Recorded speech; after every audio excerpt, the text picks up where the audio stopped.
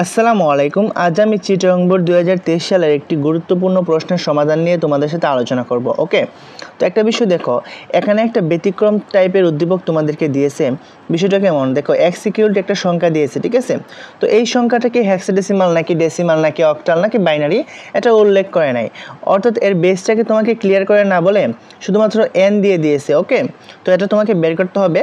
তারপরে দেখো এখানে y ইকুয়াল টু একটা হেক্সাডেসিমাল সংখ্যা দিয়েছে। ওকে, তো দেখো প্রশ্ন করেছে চারটা। এক নং প্রশ্ন বিসিডি কোড কি?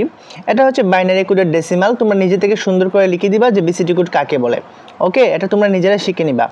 তারপরে দেখো ক নং প্রশ্নে লিখছে 5 + 3 = 10, এটা ব্যাখ্যা করো। আমরা জানি 5-এর সাথে 3 যোগ করলে কত হয়? আমরা জানি 8 হয়। এটা হচ্ছে ডেসিমাল 8 হয়, কিন্তু 5-এর সাথে 3 যোগ করলে অক্টালে কিন্তু 10 হয়। অক্টালে কি হয়? 10 হয়। কেন 10 হয় সেটা তোমাকে আমি এখন আর বোঝাচ্ছি না। তোমরা যারা অক্টাল হেক্সাডেসিমাল যোগ বিয়োগ পারো তোমরা অবশ্যই বুঝে গেছো। আর যারা পারো না, আমার চ্যানেলে অক্টাল যোগ বিয়োগের একটা ভিডিও আছে, এর লিঙ্ক ডেসক্রিপশন বক্সে দেওয়া থাকবে, তোমরা দেখে আসতে পারো। ওকে, তো একটা বিষয় দেখো, এবার কিন্তু আমরা সুন্দর করে ক নং প্রশ্ন লিখে দিব। এটা হচ্ছে অক্টাল পদ্ধতির যুগ, ঠিক আছে। এরপরে 2-4 লাইন তুমি সুন্দর করে যুক্তিসঙ্গতভাবে লিখে দিবা, এটার আনসার হয়ে যাবে। তারপরে আমাদের কাজ হলো এই দুইটা প্রশ্নের আনসার দেওয়া। তো আজকের মূল আলোচনার বিষয় হচ্ছে এই দুইটা প্রশ্ন, ঠিক আছে। তো আমরা দেখো গ নং প্রশ্নটা প্রথমে পড়ি। এখানে লিখছে এক্স সংখ্যাটির দশমিক মান 83 হলে, এক্স সংখ্যা কোনটি? অর্থাৎ এই সংখ্যাটির দশমিক মান যদি 83 হয়, ঠিক আছে। এখানে বলছে এক্স সংখ্যাটির দশমিক মান 83 হলে এই সংখ্যাটিকে দশমিকে কনভার্ট করলে 83 হয়। ওকে, তো এক্স সংখ্যাটির দশমিক মান যদি 83 হয় তাহলে n এর মান নির্ণয় করো, অর্থাৎ এই বেসটা কত সেটা তুমি বের করো। তো আমরা বুঝলাম এই সংখ্যাটি আর যাই হোক দশমিক না। তুমি বলতে পারো এটা কিভাবে বুঝলেন? দেখো তোমাকে বলছে না এক্স সংখ্যাটির দশমিক মান 83, তার মানে এক্স সংখ্যাটি অন্য কোনো সংখ্যা সেটাকে দশমিকে ট্রান্সফার করলে বা কনভার্ট করলে সেটা 83 হয়। ওকে, তার মানে এই সংখ্যাটি দশমিক না। ওকে, তার মানে আমরা বুঝতে পারলাম এটা দশমিক না। আরেকটা বিষয়, এটা কিন্তু বাইনারি সংখ্যাও না। কেন বাইনারি সংখ্যা না?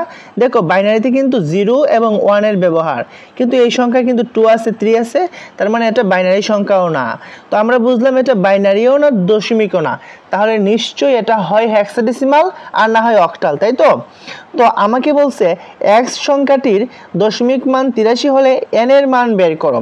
তো অর্থাৎ এই বেসটা আসলে কত আমাকে সেটা দেখতে হবে, বের করতে হবে। ওকে, এই যে দেখো গ নং প্রশ্নের সমাধান, ঠিক আছে। তো এখানে আমি কি লিখছি, এখানে তুমি সুন্দর করে লিখে দিবা যে এক্স ইকুয়াল টু এই সংখ্যাটির দশমিক মান যদি 83 হয় তাহলে n এর মান নির্ণয় করে দেখানো হলো, ঠিক আছে। তো এরা তো আমাকে বলছে যে এই সংখ্যাটির দশমিক মান 83, তো আমি তো লিখতে পারি এই সংখ্যাটি ইকুয়াল টু 83 ডেসিমাল, আমি লিখতে পারি না? তো যদি এইটা সমান এইটার দশমিক মান এইটা হয় তাহলে আমি n এর মান নির্ণয় করে দেখাচ্ছি। তো একটা বিষয় দেখো, এই যে nটা আমি তোমাকে কি বলছিলাম, এই বেসটা হয় 8 হবে আর না হয় 16 হবে, অর্থাৎ হয় অক্টাল হবে আর না হয় হেক্সাডেসিমাল হবে। প্রথমে আমরা এই সংখ্যাটিকে অক্টাল ধরে ডেসিমালে রূপান্তর করে দেখব 83 হয় কিনা। যদি দেখি এই সংখ্যাটিকে অক্টাল ধরে ডেসিমালে রূপান্তর অর্থাৎ দশমিকে রূপান্তর করার পরে 83 হয়ে যায়, তার মানে আমরা বুঝে নিব এই সংখ্যাটি অক্টাল সংখ্যা, অর্থাৎ n এর মান 8, ঠিক আছে। আর যদি দেখি এই সংখ্যাটিকে অক্টাল ধরে দশমিকে রূপান্তর করার পরে 83 হয় না, তাহলে আমরা হেক্সাডেসিমাল দিয়ে ট্রাই করব, ঠিক আছে। তো একটা বিষয় দেখো, আমরা এই সংখ্যাটিকে এখন অক্টাল ধরেছি, ঠিক আছে। এই যে বেস দিয়েছি 8, অক্টাল ধরে আমি এই সংখ্যাটির ডেসিমাল মান এবার নির্ণয় করব, ঠিক আছে। আমি ধরে নিয়েছি আমার সংখ্যাটি অক্টাল, এটাকে ডেসিমালে রূপান্তর করব। দেখো আমরা এটাকে ডেসিমালে রূপান্তর করলাম, এই যে দেখো ডেসিমালে রূপান্তর করার পর এটা 83 হয়ে গেল। তো আমি কিভাবে রূপান্তর করলাম? তোমরা তো জানো যে কিভাবে একটা অক্টাল সংখ্যাকে ডেসিমালে রূপান্তর করতে হয়, তারপর তোমাদেরকে দেখিয়ে দিচ্ছি। তোমরা কি করবা, এই যে 1 এখানে 1 লিখবা, ঠিক আছে। এই যে 2, ঠিক আছে, এখানে 2 লিখবা, এই 3 লিখবা, ঠিক আছে। সবগুলোর সাথে একটা করে 8 তুমি গুণ করবা। 8 কেন?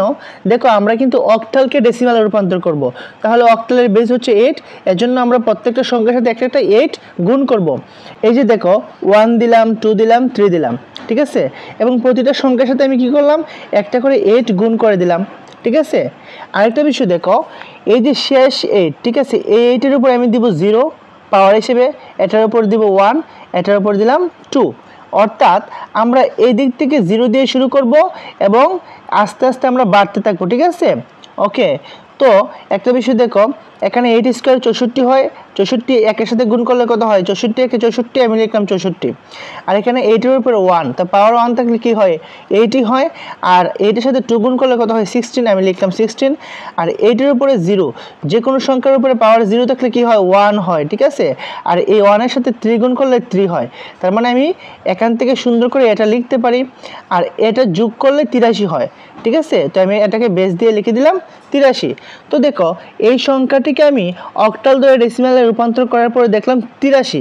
তার মানে আমার এই এন যে সেটার মান হচ্ছে 8, ঠিক আছে, এটার মান 8। আমরা এবার বুঝতে পারলাম এই সংখ্যাটি অক্টাল সংখ্যা ছিল। ওকে, এরপর তোমরা লিখে দিবে যেহেতু x একটি অক্টাল সংখ্যা এবং এটির সমমান সংখ্যা ডেসিমাল হচ্ছে 83, অতএব n = 8। সেটা কেমন করে দেখো, এখানে লিখছিলাম 123, এখানে লিখছি 123, এখানে 83, এখানে 83, এখানে 10, এখানে 10, এখানে ছিল n, এখানে 8, ঠিক আছে।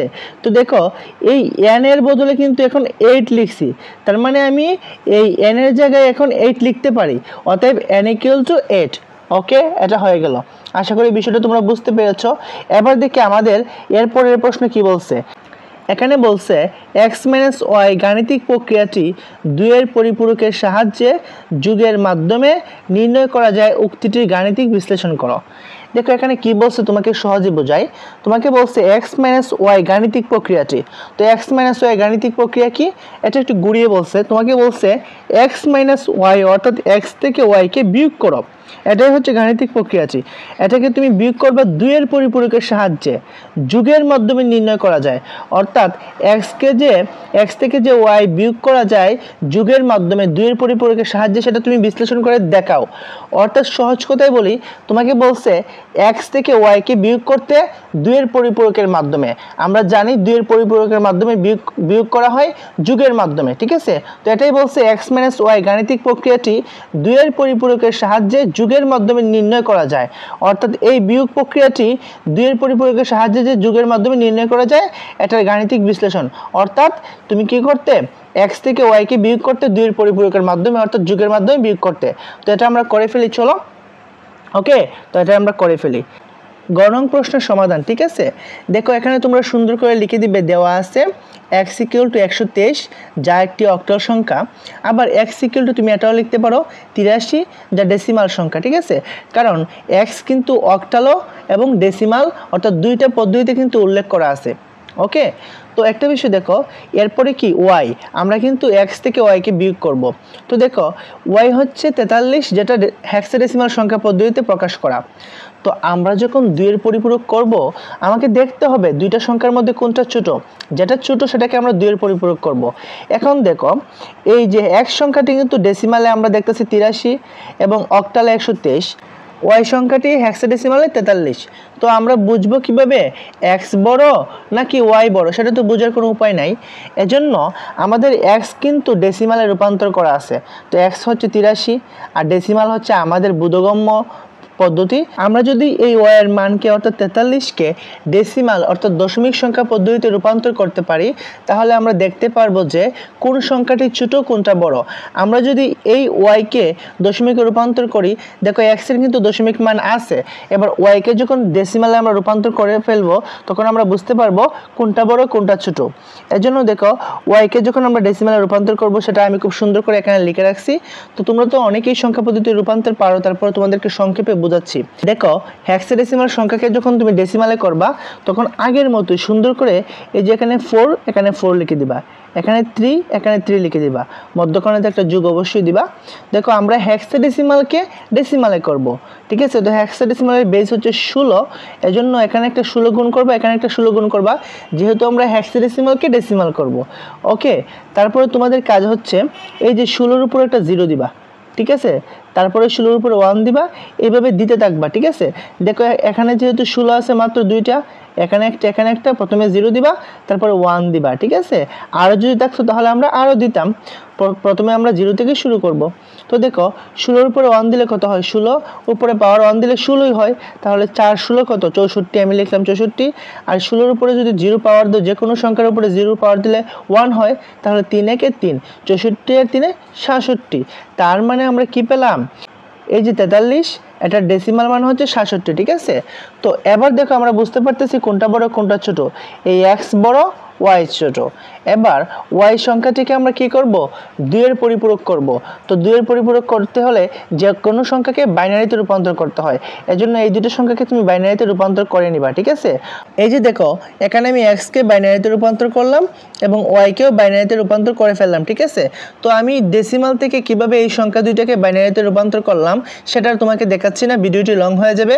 তোমরা অনেকেই পারো ডেসিমাল থেকে বাইনারিতে রূপান্তর করতে, যারা পারো না চ্যানেলে ভিডিও দেওয়া আছে, ডেসক্রিপশন বক্সে লিঙ্ক দেওয়া থাকবে, তোমরা দেখে আসতে পারো।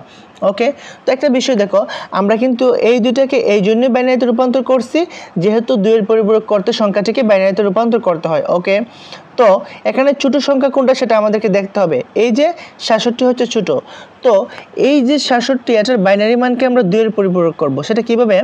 দেখো প্রথমে আমরা এই সংখ্যাটিকে এখানে লিখলাম এর প্রকৃত মান হচ্ছে এটা। তো এটার প্রকৃত মান এটা কিভাবে হয়? দেখো এখানে কিন্তু ডিজিট হচ্ছে 7টা, কিন্তু আমরা জানি 2 এর পরিপূরক করতে হলে আমাকে 8 ডিজিট কিংবা 16 ডিজিট করতে হয়। এজন্য আমরা এই সংখ্যাটির সামনে একটা শূন্য দিলাম, দিয়ে এখানে 8টা পূর্ণ করলাম, এজন্য এটার প্রকৃত মান হয়ে গেল এটা। ঠিক আছে, তো এবার আমরা এই সংখ্যাটির 1 এর পরিপূরক করব। 2 এর পরিপূরক করার আগে সেটাকে 1 এর পরিপূরক করতে হবে। 1 এর পরিপূরক কাকে বলে? দেখো এই যে সংখ্যাটি আছে না, এটাকে যদি তুমি উল্টিয়ে দেওয়া মানে কি? এই যে 1 আছে তুমি লিখবা 0, 1 আছে তুমি লিখলা 0, 0 আছে 1, 1 এর বদলে 0, 0 এর বদলে 1, 0 0 1, এই যে 1 এর বদলে আবার 0, 0 এর বদলে 1, উল্টিয়ে লিখে দিলেই কিন্তু হয়ে যায় সেটা কি? 1 এর পরিপূরক। ঠিক আছে, এটাকে আমি উল্টিয়ে লিখে দিলাম, সেটা হয়ে গেল 1 এর পরিপূরক। দেখো প্রথমে আমাদের প্রকৃত মান বের হলো, সেটাকে উল্টিয়ে 1 এর পরিপূরক হলো। এবার 1 এর পরিপূরকের সাথে তুমি 1 যোগ করে দিবা, তাহলে হয়ে যাবে কি? 2 এর পরিপূরক। দেখো আমি এবার 1টাকে যোগ করব। কিভাবে যোগ করব? এই যে 0 সাথে 1 যোগ করলে কি হয়? বাইনারিতে 1 হয়। তো দেখো 0 সাথে আমি 1 যোগ করে এখানে 1 বসালাম, আর কোনো সংখ্যা এখানে নাই বিদায় আমি এটাকে পুরোপুরি হুবহু এখানে সামনে লিখে দিলাম। তো এই যে এই মানটা হয়ে গেল আমার এই সংখ্যাটির 2 এর পরিপূরক। এই যে লিখলাম 2 এর পরিপূরক। ঠিক আছে, ছোট সংখ্যাটিকে কিন্তু আমরা 2 এর পরিপূরক তৈরি করে ফেললাম। এবার একটা বিষয় দেখো, এই যে বড় সংখ্যাটির কিন্তু আমরা কিছুই করব না। ঠিক আছে, আমরা ছোট সংখ্যার 2 এর পরিপূরকের সাথে বড় সংখ্যার বাইনারি মানটাকে যোগ করে দিব। এর জন্য প্রথমে আমরা এই যে ছোট সংখ্যার যে বাইনারি মানটা অর্থাৎ 2 এর পরিপূরকের মানটা আছে, যে এই মানটা, এটা আমি এখানে লিখে দিলাম। তারপরে বড় সংখ্যার যে তোমার বাইনারি মানটা আছে সেটাকে আমি এখানে লিখে দিলাম। শুধুমাত্র বড় সংখ্যার সামনে একটা শূন্য দিলাম। কেন দিলাম? কারণ বড় সংখ্যাটি হচ্ছে 7 ডিজিটের আর আমার অঙ্ক হচ্ছে 8 ডিজিটের, শুধুমাত্র সামনে একটা শূন্য দিয়ে দিলাম। ঠিক আছে, তো এটা হচ্ছে আমার ছোট সংখ্যার 2 এর পরিপূরক, এটা হচ্ছে বড় সংখ্যার শুধুমাত্র বাইনারি মান। এবার এই দুইটাকে যোগ করে দিলে আমাদের হয়ে যাবে বিয়োগ। আমরা করব যোগ, কিন্তু হয়ে যাবে এই সংখ্যা দুইটির বিয়োগ। এটাই হচ্ছে 2 এর পরিপূরকের বিশেষত্ব। তো আমরা যোগটা কিভাবে করব দেখাই তোমাকে। 1 এ 1 এ যোগ করলে কত হয়? 10 হয়। বাইনারিতে কিন্তু 1 এ 1 এ যোগ করলে 10 হয়, আসলে 10 হয় না, 2 হয়। তো 2 কে বাইনারি ভাষায় 10 বলে। তোমাকে বোঝানোর সুবিধার্থে আমি এখানে 10 বলবো। ঠিক আছে, তো দেখো 1 এ 1 এ যোগ করলে 10 হয়, 10 এর শূন্য বসাবা, হাতে থাকবে 1। এই যে হাতের 1 এর সাথে এই 1 যোগ করলে কত হয়? আবার 10 হয়, আবার শূন্য বসাবা, আবার হাতে 1 থাকে। হাতের 1 এর সাথে এই 1কে তুমি আবার যোগ করলে কি হয়? 10 হয়, আবার 10 এর শূন্য বসাবা, আবার হাতে 1 থাকে।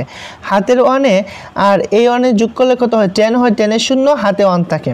এবার দেখো হাতের 1, এখানের 1 আর এখানের 1, তিনটা 1, তার মানে 3 হয়।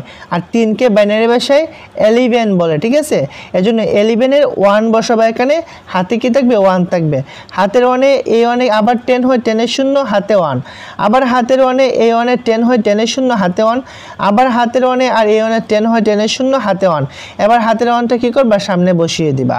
ঠিক আছে, এটাই হচ্ছে আমার যোগ। একটা বিষয় লক্ষ্য করো, আমরা কিন্তু 8 ডিজিটের অঙ্ক করছি। ঠিক আছে, আমাদের কিন্তু এখানে 8টা ডিজিট, এখানে 8টা ডিজিট, কিন্তু আমাদের আনসার বের হয়ে গেছে কি? 9টা ডিজিট। ঠিক আছে, এখানে দেখো 3টা 6টা 9টা ডিজিট। এর জন্য আমরা কি করব? এই যে অতিরিক্ত, এটাকে বলা হয় ক্যারি বিট, ঠিক আছে, এটা হচ্ছে অতিরিক্ত ক্যারি বিট। তো অতিরিক্ত ক্যারি বিটকে তোমরা কখনোই কী করবে না, গণনা করবে না, এটাকে বিবেচনায় আনবে না, ঠিক আছে। এই যে আমি একটা এরো চিহ্ন দিয়ে লিখে দিছি কি, এটা ক্যারি বিট, এটাকে বিবেচনা করা হয় না, ঠিক আছে। তোমরা লিখে দিবে এটাকে বিবেচনা করা হয় না, তার মানে এটাকে যদি বিবেচনা আমরা না করি, তার মানে আমাদের আনসার হচ্ছে এখান থেকে এতটুকু। তো সামনে এতগুলো শূন্য না দিয়ে আমরা এটাকে আনসার লিখতে পারি। এজন্য আমি লিখছি কি x - y = এই লেখাটুকু আমি লিখে দিলাম, তারপরে এখানে লিখে দিলাম 2, তার মানে কি এটা বাইনারি সংখ্যা যেহেতু 2 লিখে দিলাম, ঠিক আছে। এটাকে আবার ডেসিমালে করলে কত হয়, 16 হয়, এজন্য আমি এটাও সাথে লিখে দিলাম, ঠিক আছে। তো এটাই হয়ে গেল কি আমার 2 এর পরিপূরকের মাধ্যমে বিয়োগ। তো আমার আনসার এটাকে ডেসিমালে 16 হয়। দেখো আরেকটা বিষয়, এই 83 থেকে 66 বিয়োগ করলে কিন্তু 16 হয়, ঠিক আছে। দেখো আমি যোগ করলাম কিন্তু হয়ে গেল বিয়োগ। আশা করি বিষয়টা তুমি বুঝতে পেরেছো। Okay, thanks for watching this video.